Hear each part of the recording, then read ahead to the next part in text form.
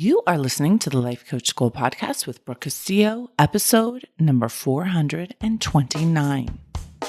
Welcome to the Life Coach School podcast, where it's all about real clients, real problems, and real coaching. And now, your host, Master Coach Instructor, Brooke Castillo. Well, hello, my friends. I am so happy to be here. We've been having such an amazing summer. All of us, me and the kids in the house, and my friends Alex and Layla are here. My friend Ryan is coming. We just went to the Cayman Islands with some of my friends and just finished up Reinvention Live, which was insanely fun. So I'm excited to be here. I have been going through your questions for me that you submitted through the podcast text number.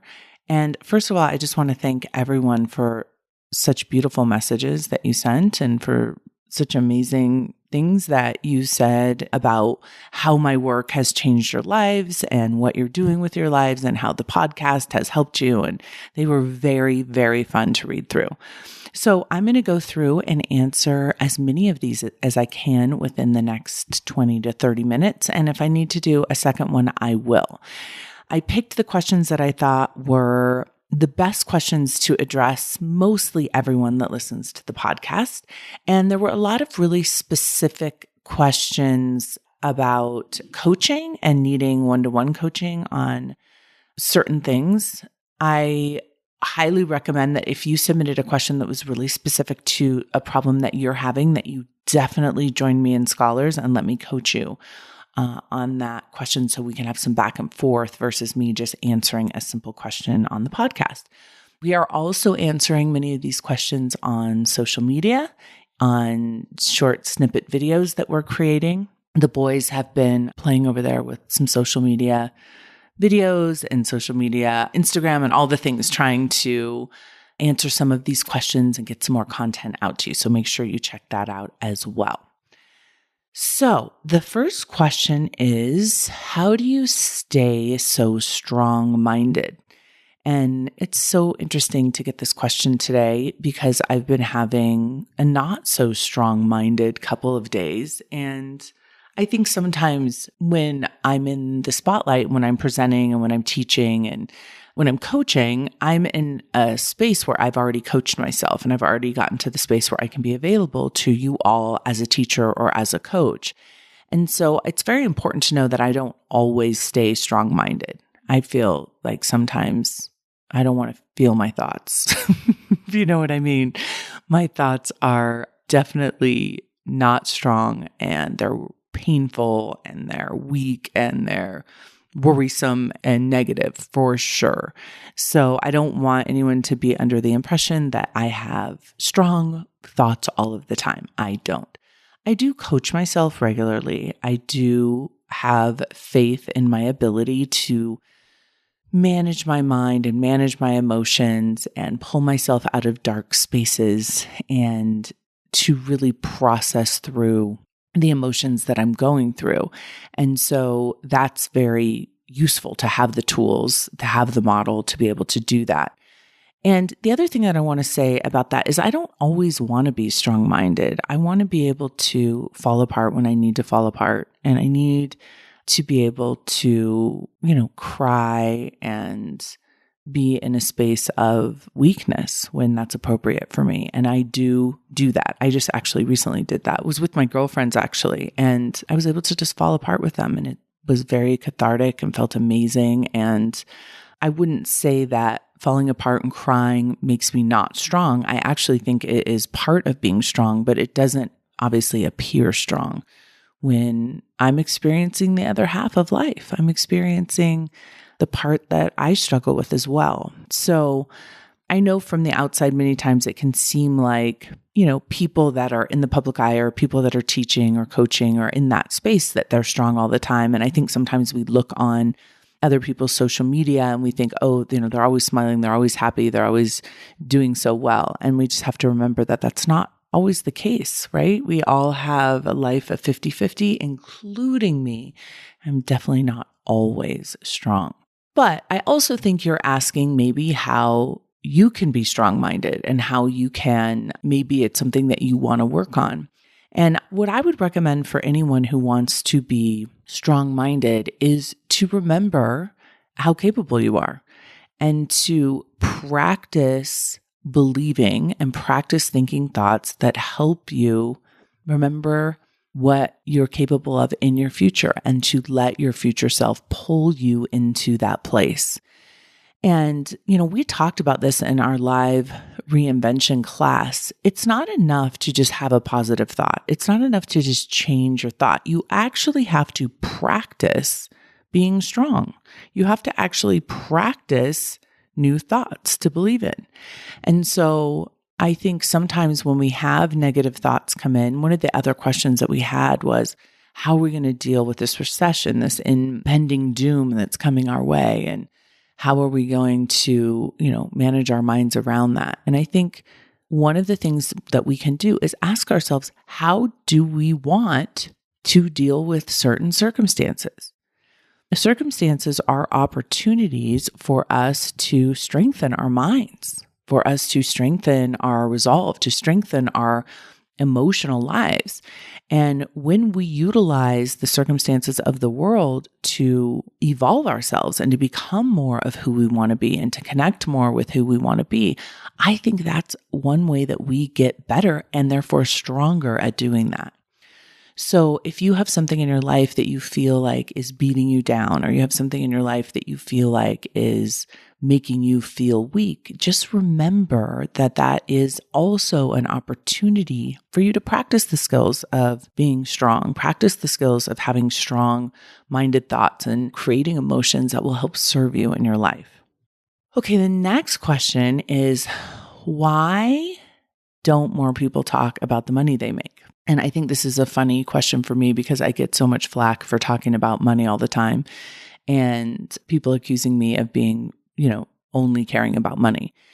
So here's my philosophy on this. And those of you who've been listening to the podcast for a while, you will understand this, that I love money as a goal because I think it is a powerful way for us to present obstacles, to pull up obstacles into our awareness that we can work through in order to overcome those obstacles, to see that we're quite capable of creating much more than many of us know in our lives. And I do feel like money is a beautiful way of doing that. And of course, I like making money through coaching and serving my clients, and other people make money in different ways. But for me, it's a win-win. I get to help other people in their lives and create a business where I employ people and also help them make money and make myself money. I am really dedicated to helping women, especially, blow their own minds with how much money they can make. And so one of the ways that I have attempted to do that is to bring to the forefront the idea of making more money and talking about money in a way that normalizes it for women. One of the biggest influences that I had was when Amy Porterfield talked on her podcast about making $1 million. It hadn't even occurred to me to want to make $1 million in a year. It was one of the most powerful things that happened to me to hear another woman talking about her income changed the trajectory of my life. And I have had many, many, many other women tell me the same thing, tell me that they have changed their incomes. They have changed their family legacy literally because of hearing me talk about money in the way that I do. And so I think the question is, why don't more women talk about how much money they make? I think it is a way that we are socialized. I think it is a way that we are taught that how much money we make is private and we shouldn't brag about how much money we make, and we shouldn't talk about making money as if it makes us better than other people. And I would absolutely agree. Of course, money doesn't make you better than anyone, and it never will be able to. It won't make you any more worthy than you are because you're already 100% worthy.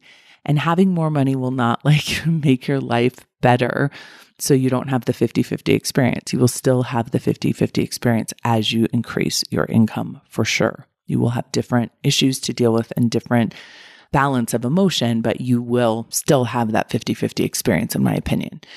So I think that Of course, it's everyone's choice to talk about how much money they make or not. And I do think that the more we talk about it, especially with each other and it being encouraging with each other, I think the better. Sometimes we can get into trouble when we start talking about money in a way that is like comparing and despairing or competitive. And one of the things that I have always really tried to encourage in my community and with my friends and with the people that I know is how amazing it is to see other people win when it comes to their dreams and making money and in their businesses. And I like to think about the more we all make, the more we all win. And so I like to look at the collective as well. I have very big goals for myself personally, but my financial goals for myself personally are really based on being an example of what is possible with the model. And so I really am trying to show that anything really is possible in your life if you believe in yourself, if you have good intentions, if you want to make a contribution. There doesn't have to be some artificial limit that we put on what we can do. And so the more we talk about that with each other, the more inspired we can be by each other, I think the better. The next question was, how can I stop worrying so much? And I think this is a great question. I actually have quite a few podcasts that talk about indulgent emotions. I think worrying is an indulgent emotion. It's one of those emotions that we tap into and we experience that doesn't move us forward when we process it. It doesn't take us to the next level. And so you'll hear me talk a lot about processing emotion, but you'll also hear me talk about indulging in emotion. And worry is one of those emotions that we indulge in, and we choose to worry instead of make progress. And so one of the things that I would highly recommend anyone do who's experiencing a lot of worry is, first of all, remember that you're just feeling your thought. That's it. And you're having a thought in your brain that's causing you to worry. And you're having the thought maybe compulsively or repeatedly and perpetuating your own worry. And when you can separate out the facts from the story, you will recognize that the facts are neutral and the worry is only pretending to be necessary, as Eckhart Tolle would say. And the worry is not helping you and it's not progressing you. And so when I'm experiencing worry, or for me, I experience a lot of anxiety, I recognize that that emotion may be there and that I may need to continue to feel it and process it and have it there, but not in a way that holds me back or gets me stuck. And so when I can't change my thought or I can't let worry go, I just carry it around with me like a heavy purse and move on with my day. I don't take it seriously. I don't pretend that it's important, and I don't indulge in it any more than I can help myself to do. And so I would separate out, the first step that I would do is separate out the facts from the story, recognize that the story is optional, and tell myself a new story about it. A lot of times when I'm experiencing worry, I try to back up from my life. I try to get out of the details, get out of the weeds of my life that make me worry unnecessarily, and breathe in fresh air and say, none of this is that big of a deal. So if you're worried about, something that someone else is doing, or you're worried about your career, or you're worried about your business, you can step back. And especially if it isn't something that serious, which a lot of us who are worrying chronically are worrying about things that aren't that important, we can step back from those things and take a deep breath and look at them with fresh eyes and remind ourselves that none of this really matters when it comes to who we are as human beings and our own worthiness. If you are having worry because of a very significant acute event in your life, I find that in situations like that, instead of indulging in it and feeling like it's somehow serving a purpose, I like to back up, separate out the story from the fact, and remind myself that this is an opportunity for me to be who I want to be. If something is happening that is inviting me to worry, I can decide instead how I want to show up in a way that is responsible and it is helpful and is useful to me. Okay, the next question is, what do you tell people that you do when they ask you what you do? What is your elevator pitch? And what she was basically saying that people aren't understanding what she does, and she's a life coach. And I'll answer this question because the way that a lot of people used to go about this was explain what a life coach was without saying life coach. And so for me, I am first and foremost a life coach. I love the term life coach. I've always wanted to be a life coach as soon as I learned the term, and I haven't stopped wanting to be one since. So I'm thrilled to be a life coach. And I always say that that's what I do for a living when someone asks me. And if they want me to elaborate and they ask more questions, I'll go on to say something, like I own the life coach school and I train coaches and I also coach. But if people just ask me what I do, I say that I'm a life coach. And if somebody says, oh, I don't know what a life coach is, I basically say I work with people who want to take their lives from good to great. And I help them learn some tools that will help them manage their mind to help them do that.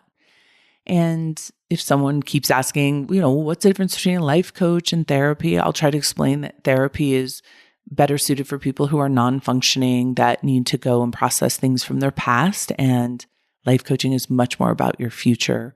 Highly functioning people already that want to achieve bigger goals or maybe clean up current things in their life for their future. So that's how I answer. I'm very proud to answer that I'm a life coach when people ask me. How is your life better and worse now?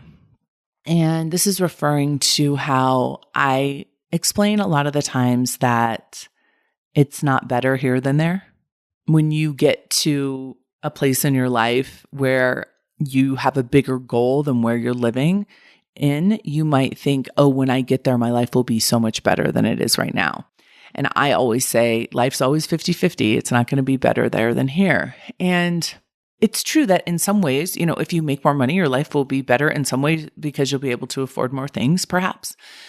But it may also be worse in other ways because of the changes in your life that it may bring. And so for me, I'm assuming that the question is based on, because she's saying, how is your life better and worse now? I'm assuming this is referring to my business and the business growth and the success that I've had financially. And I will say that my life is better in the sense that I have more freedom to spend money in a lot of ways.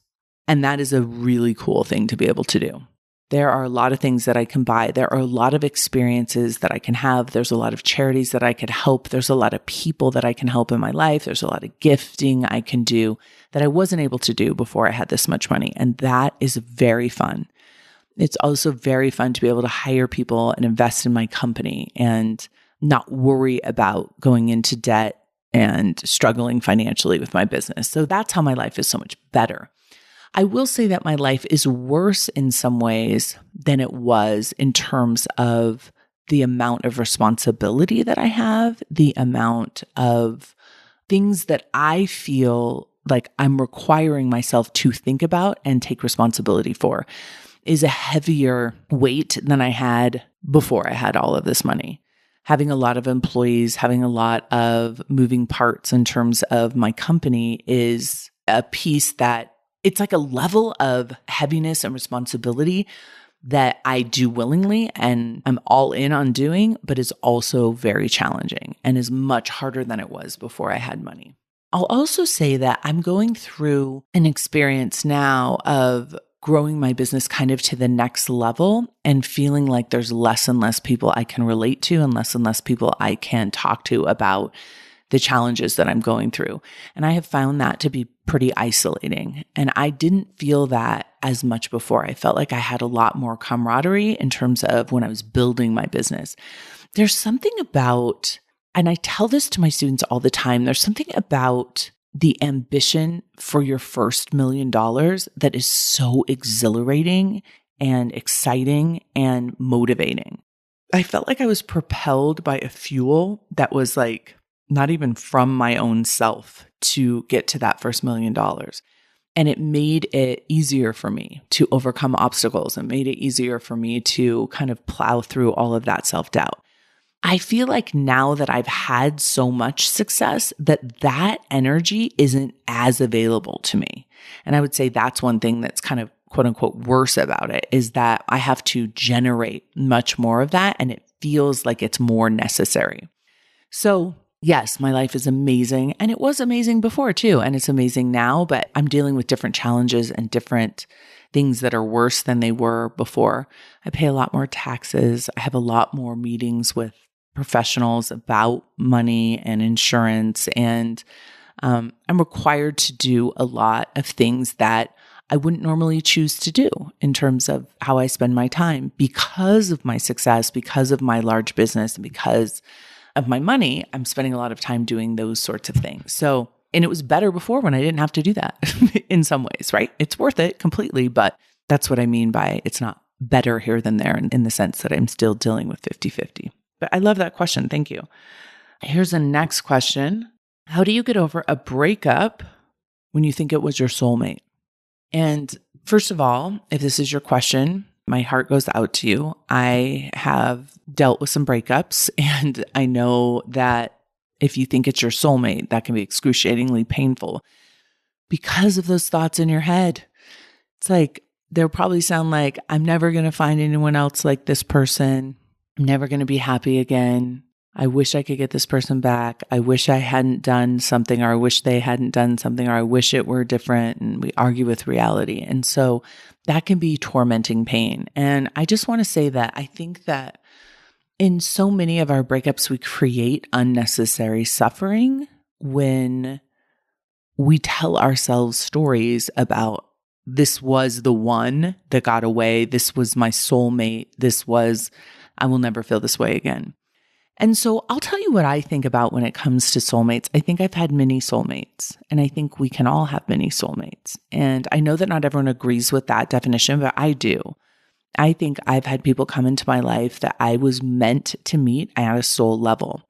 And some of those people will be in my life forever. They're my soulmate sisters, my soulmate brothers. They'll be in my life forever, my chosen family, in some way. And for some of them, they've been romantic relationships that have turned into friendships. But for some of them, they've been romantic partnerships that have completed. And it sounds to me like that may be what's going on for you. And so your question is, how do I get over the pain? How do I get over this?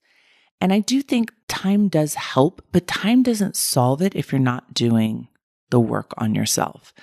And so if you can understand that maybe this person was in your life for the period of time that they were, and maybe now that that's complete, and that you are ultimately your own soulmate, you are ultimately the one that is meant to traverse through this life, meeting people so you can evolve who you are as a human.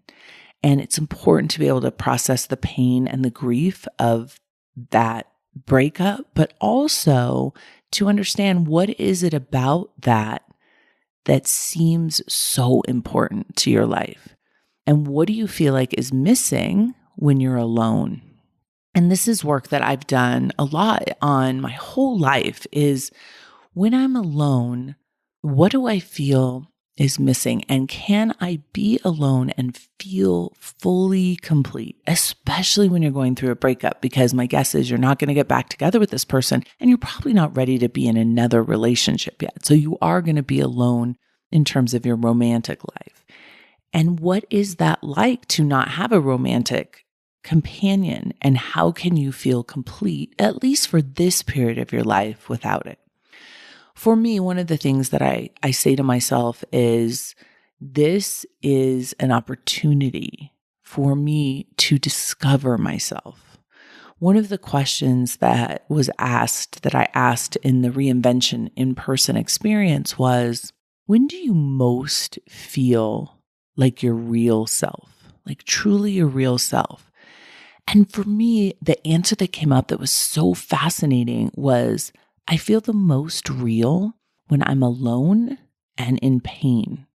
And a lot of people are like, oh my God, that sounds terrible. But I will say, I feel like no buffering, no distractions, no escapes, just me with me in pain feels like the truest truth for me. And I do feel the same way when I'm in joy by myself, when I'm hiking alone or with my dogs and I'm hiking in the hills. I feel that same level of realness and joy, but it's not as like acute as when I'm in pain. I feel like, this is what it's like to truly be me without any kind of buffering. And so I do think when we're going through really difficult, challenging times like what you're going through right now, that's an opportunity for you really to get to know yourself. I mean, really get into the crevices of what is it like to be you in this situation? What is it like to be alone? And what does it mean for you to be alone? And I think there's so much rich opportunity there. And the desire not to suffer is so strong. And to see what your relationship is like with suffering. Are you creating unnecessary suffering? Are you resisting the pain, or are you allowing it to flow through you? So my heart goes out to you. I really do know where you are. I've been there. I understand what that's like. And also I invite you to introduce yourself to yourself in a new way. Okay, the next question is, why did you decide to do this social media adventure with your kids? And so this will be the last question that I'll answer on this one. And I'll definitely do another one because I have a lot more questions to answer. But what I want to offer you is that I wanted to spend the summer with my kids. I wanted them to be exposed to all of my material, to watch all my videos, to learn from me, which is what they're doing as they're going through all these videos and recording them and editing them and posting them on social media. I wanted to do some videos with them and have them capture some of my behind the scenes life and some candid stuff. I wanted to give them the opportunity to fail and to mess it up and to have it be okay and, have them feel the pressure of that and not worry about it. I wanted them to learn how I run my company. I wanted them to see me at work. I wanted them to understand what it's like to work in a company like mine and how we run things. I wanted to teach them how to think independently, which is something I don't think is taught in school very often. And so I'm teaching them all about my entrepreneurial filters and how we communicate and how we make decisions. And I wanted to just love on them all summer. And so that's why we have been doing this social media experiment. We've been having so much fun. They've been really running with it and working with my social media team and trying to figure it all out. I am not much help there. That's not really my area of expertise. And so it's been really fun to just be part of this process with them. And it's been fun to kind of connect with you all in a new way and see you all in a new way. So that's why I decided to do it. And I'm so glad that I did. We're about, I think, halfway through here. So hopefully you've seen like all of their setup downstairs with all of their computers. And, I go down there during the day and they're all hardworking, and then they go golfing in the afternoons and work out together. So it's just been an extraordinary experience. So I hope you're enjoying it. On the other side of the Instagrams, as much as I am from just being with them all summer and having them kind of see what it's like to work with me. So that's all the questions I'm going to go through today. I will do another series. I have like another whole page of questions that I want to go through and answer. And we will also be answering many of these questions on Instagram and TikTok and all of the things. So make sure that you check us out there. If you asked a question, hopefully I will answer it there. Have a beautiful week, everyone. I'll talk to you soon. Bye. Hey, if you enjoy listening to this podcast, you have to come check out Self-Coaching Scholars. It's my monthly coaching program where we take all this material and we apply it. We take it to the next level and we study it. Join me over at thelifecoachschool.com/join. Make sure you type in the THE lifecoachschool.com/join. I'd love to have you join me in Self-Coaching Scholars. See you there.